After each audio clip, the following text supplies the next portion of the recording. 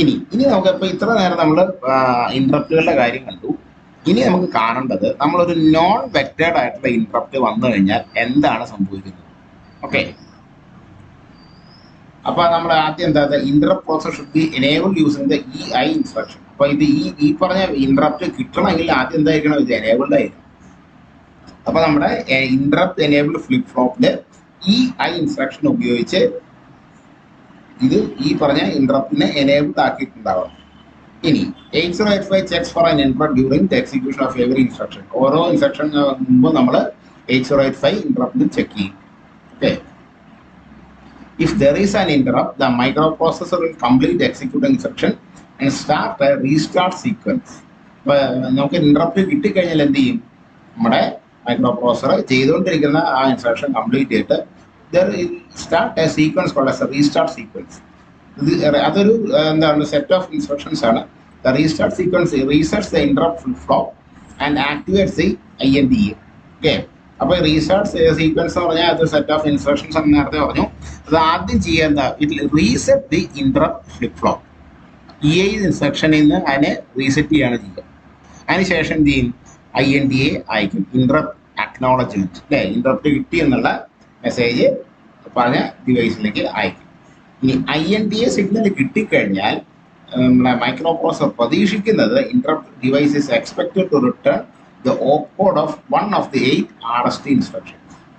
Okay, ഈ എന്താണ് നമ്മുടെ INTA സിഗ്നൽ കിട്ടി, അക്നോളജ്മെന്റ് കിട്ടിക്കഴിഞ്ഞാൽ പിന്നെ എന്താ, പിന്നെ നമുക്ക് ആ ഇന്ററപ്റ്റ് എന്തിനാണ്, ഏതിനാണ്, എന്ത് കാര്യത്തിനാണെന്നുള്ളത് മൈക്രോപ്രോസസറിനോട് പറയണം. അത് നമ്മൾ പറയുന്നത് it is using one of the 8 RSTs. നമ്മളത് RST0, RST1, RST2, RST3 അങ്ങനെ നമ്മൾ പറഞ്ഞില്ലേ. ഇതെന്താന്ന് വെച്ചാല് ഇത് ഓരോ അഡ്രസ്സിലേക്കാണ് വരലിരുന്നത്. അപ്പൊ അങ്ങോട്ടേക്ക് RST7 എന്ന് പറഞ്ഞാൽ RST0 എന്ന് പറഞ്ഞു കഴിഞ്ഞാൽ മെമ്മറി ലൊക്കേഷൻ 0000ലേക്കാണ്.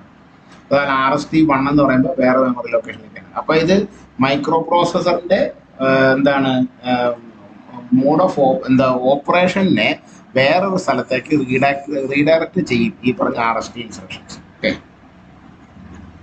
ഇനി when the microprocessor executes RST instruction received from the device, it saves the address of the next instruction on the stack and jumps to the appropriate entry in the interrupt vector. അപ്പോൾ RST instruction കിട്ടിക്കഴിഞ്ഞാൽ ഏത് പ്രോഗ്രാമാണോ ഇപ്പോൾ ചെയ്തുകൊണ്ടിരുന്നത് അതിന് അടുത്ത് വരാനുള്ള command, അപ്പോൾ അതെവിടെയാണ്, അത് പ്രോഗ്രാം കൗണ്ടറിലായിരിക്കും ഉണ്ടാവുക. അതെവിടെ സ്റ്റോർ ചെയ്യും, സ്റ്റാക്കിലേക്ക് സ്റ്റോർ ചെയ്യും, സ്റ്റാക്ക് ടോപ്പിലേക്ക് സ്റ്റോർ ചെയ്യും. എന്നിട്ട് എന്ത് ചെയ്യും, jumps to the appropriate entry in the interrupt vector table. Interrupt vector table എന്ന് പറഞ്ഞു കഴിഞ്ഞാൽ ഈ ഓരോ ഇന്ററപ്റ്റ് എങ്ങോട്ടൊക്കെ പോകണം എന്നുള്ളതിന്റെ ടേബിളാണ്. അതിനുള്ള IBT എന്ന് പറയുക. അങ്ങോട്ടൊക്കെ ഈ IBTയിൽ എങ്ങോട്ടൊക്കെയാണോ ഈ ചൂണ്ടിയേക്കണം, RST0, RST1 ഏതെന്നാണോ അങ്ങോട്ടൊക്കെ ചാടും. ഇനി എന്താ, IBT entry must redirect the microprocessor to the actual service routine. അതായത് ഈ RST സർവീസ് അല്ലെങ്കിൽ IBTയിൽ ഉള്ള എൻട്രി മൈക്രോപ്രോസസറിനെ എവിടേക്കാണ് എത്തിക്കേണ്ടത്, ഇന്ററപ്റ്റ് എന്തിനാണ് വിളിച്ചത്, എന്ത് പ്രോഗ്രാമാണ് ചെയ്യേണ്ടത് എന്നുള്ളതിന് സബ് റൂട്ടീനിലേക്കാണ് ഇതിനെ മൈക്രോപ്രോസസറിനെ കൊണ്ട് എത്തിക്കേണ്ടത്. So the service routine must include the instruction EI to re-enable the interrupt process. കാരണം എന്താ വെച്ചാൽ നമ്മൾ കുറച്ച് മുന്നേ പറഞ്ഞു, ഇന്ററപ്റ്റ് ഇത് കിട്ടിക്കഴിഞ്ഞാൽ INTA ആയിരിക്കും, അതിന്റെ കൂടെ തന്നെ ഫ്ലിപ്പ് ഫ്ലോപ്പിന് റീസെറ്റ് ചെയ്യും നമ്മൾ പറഞ്ഞു. അപ്പൊ ഇന്ററപ്റ്റ് എനേബിളിനെ റീസെറ്റ് ചെയ്യണം എന്തിനാ വെച്ചാൽ ഒരു ഇന്ററപ്റ്റ് കിട്ടി അതേ സമയത്ത് വേറെ ഇന്ററപ്റ്റ് വരരുത്, ട്രാപ്പ് അല്ലാതെ വേറെ ഒന്നും വരരുത് എന്നുള്ള കാരണം കൊണ്ടാണ് നമ്മൾ ഈ ഫ്ലിപ്പ് ഫ്ലോപ്പിനെ റീസെറ്റ് ചെയ്യുക. ഇന്ററപ്റ്റ് എനേബിൾ ഫ്ലിപ്പ് ഫ്ലോപ്പിനെ നമ്മൾ റീസെറ്റ് ചെയ്തിട്ടാണ് നമ്മുടെ ഈ പറഞ്ഞ സബ് റൂട്ടീനിലേക്ക് നമ്മൾ വരിക.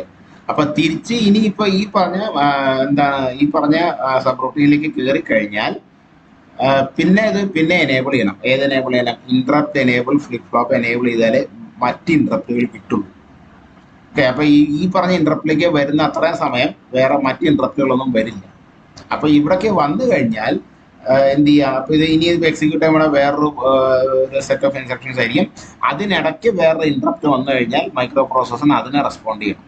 അതിന് നമ്മൾ എന്ത് ചെയ്യണം, EI അതായത് എനേബിൾ ഇന്ററപ്റ്റ് എന്നുള്ള ഫ്ലിപ്പ് ഫ്ലോപ്പ് എനേബിൾ ചെയ്യണം.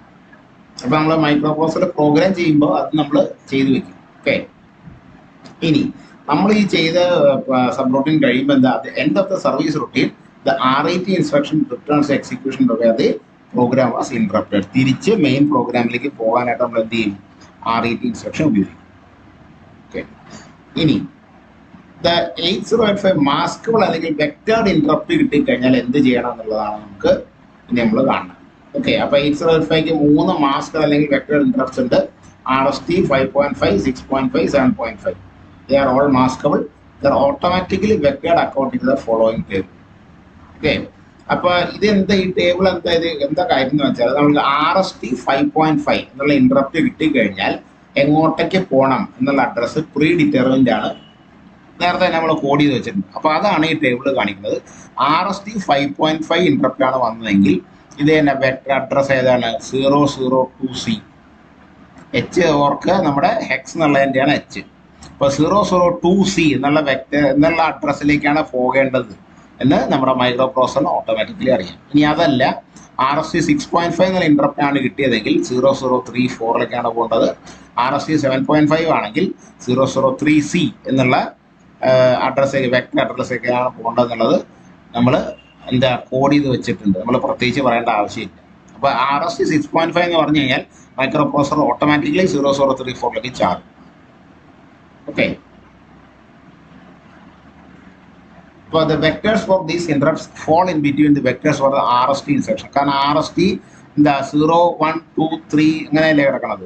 അതിനിടയ്ക്കുള്ള അഡ്രസ്സിലാണ് ഈ പറഞ്ഞ 5.5, 6.5, 7.5യുടെ അഡ്രസ്സ് കാണുന്നത്. അതായത് ഈ ഒരു 002H കണ്ടില്ലേ, അത് 5.5. അപ്പോൾ അതെന്താ വെച്ചാൽ RST 5ൻ്റെയും RST 6ൻ്റെയും ഇടയ്ക്കാണ് RST 5.5 എന്നുള്ള ഇന്ററപ്റ്റിന്റെ അഡ്രസ്സ് കിടക്കുന്നത്. RST 0 മുതൽ RST 7 വരെ നമ്മൾ നേരത്തെ കണ്ടു അല്ലേ, നോൺ വെക്ടേർഡ് ഇന്ററപ്റ്റ്സ് ഉണ്ട്.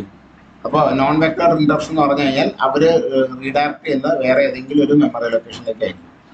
RST 5ൻ്റെ മെമ്മറി ലൊക്കേഷൻ്റെയും RST 6ൻ്റെ മെമ്മറി ലൊക്കേഷനും ഇടയ്ക്കാണ് RST 5.5യുടെ മെമ്മറി ലൊക്കേഷൻ വന്നിട്ടുള്ളത്. അപ്പോൾ അതുകൊണ്ടാണ് നമ്മൾ ഈ 5.5 എന്നൊരു പറയുന്നത്. 5ൻ്റെയും 6ൻ്റെയും ഇടയ്ക്കാണ് ഇതിൻ്റെ അഡ്രസ്സ് എടുക്കുന്നത്. അപ്പോൾ ഇതിൻ്റെ പേര് 5.5. ഓക്കെ, അതിനോട് പറയണത് vectors for these interrupts fall in between the vectors for the RST. Vectors എന്ന് പറഞ്ഞാൽ അവർക്ക് നമ്മളെ വെക്ടർ അഡ്രസ്സാണ് ഉദ്ദേശിക്കുന്നത്. Okay, that is way they have the names RST 5.5, 5.5. 5ൻ്റെയും 6ൻ്റെയും ഇടയ്ക്കാണ് അഡ്രസ്സ് എടുക്കുന്നത്, അതുകൊണ്ട് 5.5 എന്ന് പേരിട്ടു. ഓക്കെ, അതുകൊണ്ടാണ് നമ്മൾ 5.5, 6.5, 7.5 വരാൻ. അപ്പോൾ 6.5യുടെ അഡ്രസ്സ് എവിടെയായിരിക്കും? 6.5യുടെ അഡ്രസ്സ് RST 6ൻ്റെയും RST 7ൻ്റെയും ഇടയ്ക്കാണ്. 7.5യുടെ അഡ്രസ്സ് RST 7ന് ശേഷമാണ്. ഓക്കെ,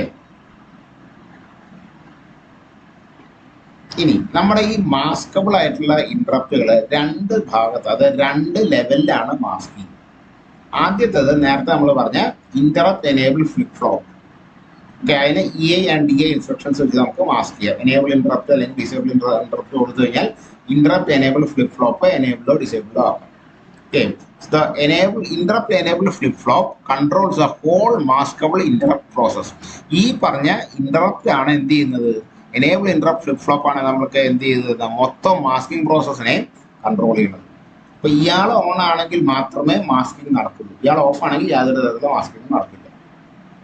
ഇനി through individual mask flip flop that control the availability of the individual interrupts. These flip flop control the interrupts individually. നമുക്ക് ഇതിപ്പോൾ എനേബിൾ ഫ്ലിപ്പ് ഫ്ലോപ്പ് ഇന്ററപ്റ്റ് എന്നുള്ളത് മൊത്തം കൂടിയിട്ടുള്ള എല്ലാ മാസ്കബിൾ ഇന്ററപ്റ്റ്സിനും വേണ്ടിയിട്ടുള്ളതാണ്. ഓക്കെ, നമ്മുടെ 5.5, 6.5 എല്ലാത്തിനും കൂടി വേണ്ടിയിട്ടുള്ള നമുക്ക് എങ്ങനെ പറയാം, ഇതൊരു മെയിൻ ഡോർ ആണെന്ന് പറയാം. ഓക്കെ, നമ്മൾ കോളേജിലേക്ക് കയറി വരുമ്പോൾ അതാണ് മെയിൻ ഗേറ്റ്. ഓക്കെ, അത് കയറിയാൽ മാത്രമേ നമുക്ക് കോളേജിനകത്ത് പ്രവേശിക്കാൻ പറ്റുള്ളൂ എന്ന് പറഞ്ഞ പോലെ ഈ എനേബിൾ ഫ്ലിപ്പ് ഫ്ലോപ്പ് എന്ന ഫ്ലിപ്പ് ഫ്ലോപ്പ് എനേബിൾഡ് ആണെങ്കിൽ മാത്രമേ മാസ്കിങ് നടക്കുള്ളൂ. ഓക്കെ, അത് അടഞ്ഞെടുക്കുകയാണെങ്കിൽ ഒരു തരത്തിലുള്ള മാസ്കിങ് നടക്കില്ല. ഇനി അതിന് ശേഷം ഇൻഡിവിജ്വൽ മാസ്കിങ് പറ്റും.